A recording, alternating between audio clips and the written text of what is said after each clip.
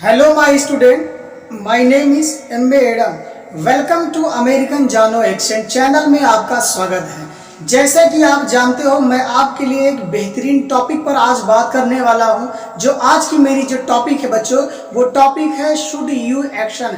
ये should you action क्या है, मैं इसके बारे में आपको बताने वाला हूं। जैसा कि आपने देखा होगा, बहुत सारी वीडियो आपने देखा होगा यूट्यूब पर, लेकिन बहुत सारी हेल्पिंग वर्ब में आपने देखा होगा, लेकिन सभी हेल्पिंग वर्ब से रिलेटेड एक ये भी वीडियो मैं लेकर के आया हूं, सबसे अलग पैटर्न पर, एक नए स्टाइल में, नए परफॉर्मेंस के साथ आपको समझाने के लिए। आपने शुड यू एक्शन कई तरीके से आपने पढ़ा होगा, लोगों का बताने का, समझाने का अंदाज बिल्कुल अलग रहा होगा, लेकिन आज का मेरा जो परफॉर्मेंस है, आज का मेरा जो स्टाइल है, आज का मेरा जो तरीका है, वो सभी वीडियो से अलग होगा। तो मेरी वीडियो को लगातार देखते रहिए और शुड यू एक्शन की जानकारी लेते रहिए। तो चलिए बच्चों, आज हम बात करने वाले हैं शुड यू एक्शन पर। देखेंगे सबसे पहले आज का जो हेल्पिंग वर्ब दिया गया है, शुड यू एक्शन। ये शुड यू एक्शन, उसके बाद दिया गया है शुड वी एक्शन, उसके बाद दिया गया है शुड दे एक्शन, उसके बाद दिया गया बच्चों शुड आई एक्शन, उसके बाद दिया गया है शुड सी एक्शन, उसके बाद दिया गया है शुड ही एक्शन। तो देखिए बच्चों, यहाँ पर 18 ऑल 6 हेल्पिंग वर्ब दिए गई है। तो कुल मिलाकर के 6 सहायक क्रिया यहाँ पर उपस्थित है, मौजूद है, आपको दिखाई दे रहा है। तो इसको मैं समझाने के लिए सबसे पहले एक बात मैं बताना चाहता हूँ। बात यह है कि जब भी कोई हेल्पिंग वर्ब यानी is, am, are, was, were, will, be, shall, have, could, would, should, may, might, अगर इस तरीके की सहायक क्रिया यानी हेल्पिंग वर्ब या लिंकिंग वर्ब में से कोई भी अगर आता है, तो सबसे पहले अगर हेल्पिंग वर्ब लिखा होता तो उसका हिंदी में जो मीन्स होता है, जो मतलब होता है, वो क्या मानते हैं। वो वाला क्या नहीं कि व्हाट माने क्या, बल्कि व्हाट का मतलब क्या होता है, लेकिन यहाँ पर व्हाट नहीं लिखते हैं, बल्कि क्या के बदले में हेल्पिंग वर्ब लिखते हैं, यानी सहायक क्रिया लिखते हैं। तो कुल मिलाकर के हेल्पिंग वर्ब यहाँ पर लिखते हैं। कुल मिलाकर के अगर सभी हेल्पिंग वर्ब की जानकारी अगर आपके पास मौजूद है, तो मुझे पता है कि आपको अंग्रेजी सीखना बहुत आसान हो जाएगा। तो इस बार हम बात करने वाले हैं कि शुड यू एक्शन पर सेंटेंस कैसे बनता है और शुड यू है क्या। शुड यू जो है बच्चों, वो मेरा क्या है, वो है हेल्पिंग वर्ब। क्या है बच्चों? Helping verb. शुड क्या है बच्चों? Helping verb. तो लिख लेंगे बच्चों, शुड हमारा क्या होता है? हेल्पिंग। ये शुड है हमारा हेल्पिंग वर्ब। ये यू क्या है बच्चों? यू है सब्जेक्ट। उसके बाद जो दिया गया है, ये एक्शन क्या है? एक्शन है मेरा मैन वर्ब। ओके बच्चों, तो ये एक्शन हमारा क्या हुआ? Man verb. अब हम इसको समझाने की कोशिश करते हैं। कि शुड मेरा जो होगा वो हेल्पिंग वर्ब होता है, और यू मेरा जो दिया गया, you, we, they, he, she, it जो भी दिया गया है, ये हमारा सब्जेक्ट कहलाता है। सब्जेक्ट का मतलब यानी कर्ता, और एक्शन का मतलब होता है मैन वर्ब। तो सब्जेक्ट और एक्शन और मैन वर्ब, इन्हीं तीनों को आपको ध्यान देना है और सेंटेंस आसानी से बनाना होगा। तो चलिए इसकी पहचान जान लेते हैं। शुड का मतलब होता है चाहिए। शुड का मतलब होता है चाहिए, यानी सलाह देने के लिए हम इस्तेमाल करते हैं कि हमारा ये इस पर सलाह देते हैं। जैसे मुझे कहना है कि आपको लिखना चाहिए, आपको सोना चाहिए, आपको पढ़ना चाहिए, आपको जाना चाहिए। यानी जब भी कोई बात हम किसी से करेंगे, तब वहां पर चाहिए शब्द का प्रयोग करेंगे।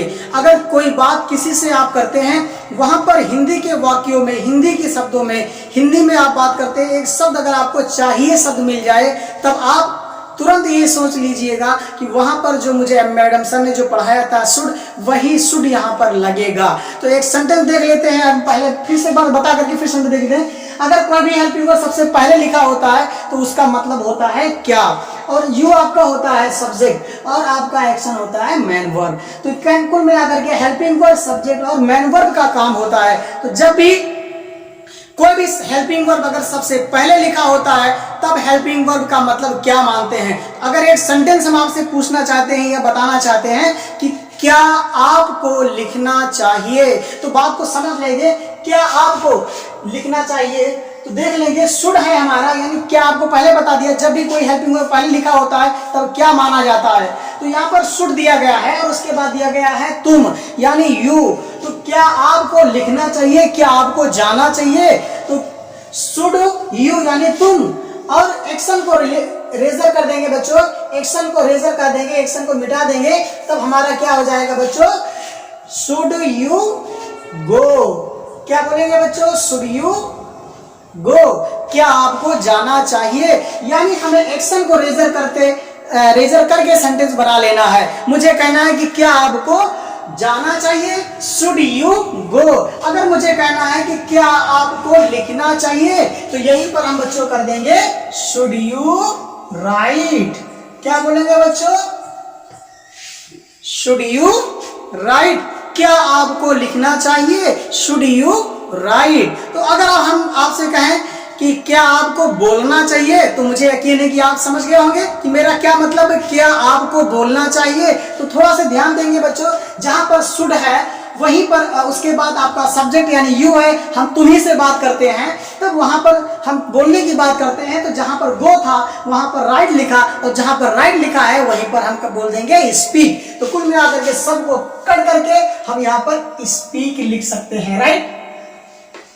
तो जब मेरा यहाँ पर स्पीक हो जाएगा बच्चों, तब क्या हो जाएगा, शुड यू स्पीक, क्या आपको बोलना चाहिए। अगर मुझे कहना है क्या आपको जाना चाहिए, तो फिर से इसी को समझ लेंगे, शुड यू गो, और क्या आपको लिखना चाहिए, तो शुड यू राइट। तो मुझे पता है कि आपको ये सेंटेंस आपको आसानी से समझ रहे होंगे, आपको ये समझ में आ रहा है।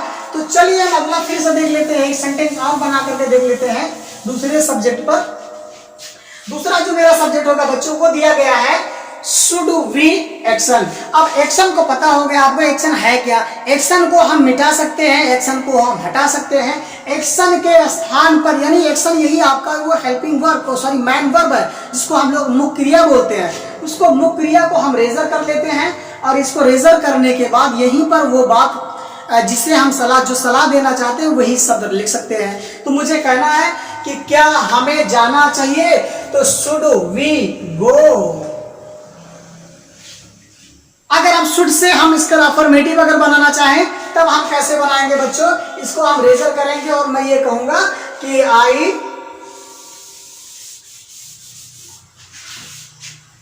मुझे जाना चाहिए, तो क्या हो जाएगा, आई शुड गो। तो कुल मिलाकर के अब आपको ये सेंटेंस समझ में आ गया होगा कि मुझे जाना चाहिए, आई शुड गो। और अगर आपको कहना है कि मुझे नहीं जाना चाहिए, यानी निगेटिव सेंटेंस अगर बनाएंगे, तो आपको निगेटिव सेंटेंस बनाने के लिए एक शॉर्टकट तरीका बता दें।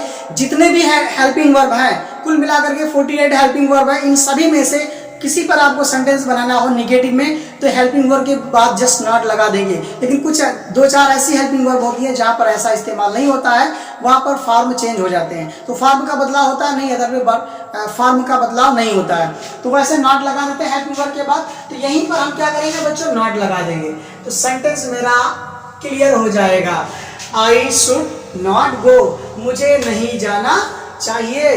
तो मैं ये कह सकता हूं कि आपको बोलना चाहिए, तो यू शुड स्पीक। अब आगे दे पर देख लेते हैं बच्चों, क्या उन्हें जाना चाहिए, शुड दे गो, उन्हें नहीं जाना चाहिए, उन्हें नहीं जाना चाहिए, तो हो जाएगा दे शुड नॉट गो।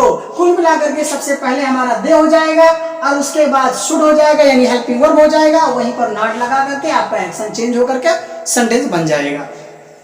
तो मैं कह सकता हूं कि क्या मुझे जाना चाहिए, should I go, should I गो। तो मुझे नहीं जाना चाहिए, आई शुड नॉट गो, यानी सबसे पहले आपका क्या हो जाएगा, आई सब्जेक्ट, उसके बाद हेल्पिंग वर्ब शुड, उसके बाद नॉट, आफ्टर दैट आपका क्या होगा, एक्शन। तो हमारा सेंटेंस हो जाएगा, मुझे नहीं जाना चाहिए, आई शुड नॉट गो। एकदम क्लियर हो गया हमारा सेंटेंस।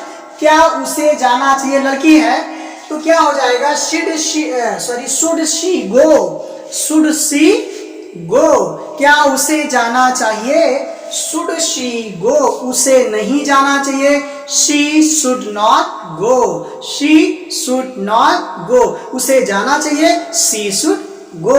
तो अगर देख लेंगे उसे जाना चाहिए यानी उसको जाना चाहिए, एक लड़का है मुझे कहना है कि भाई उसको जाना चाहिए, तो मैं कह सकता हूं कि he should go, उसको क्या उसको जाना चाहिए, क्या उसको जाना चाहिए, तो should he go। तो हमें यकीन है कि आपको ये हेल्पिंग वर्ब समझ में आ गया होगा, लेकिन फिर से एक बार इस पर हम दोहरा देते हैं ताकि आपको समझ में आ जाए।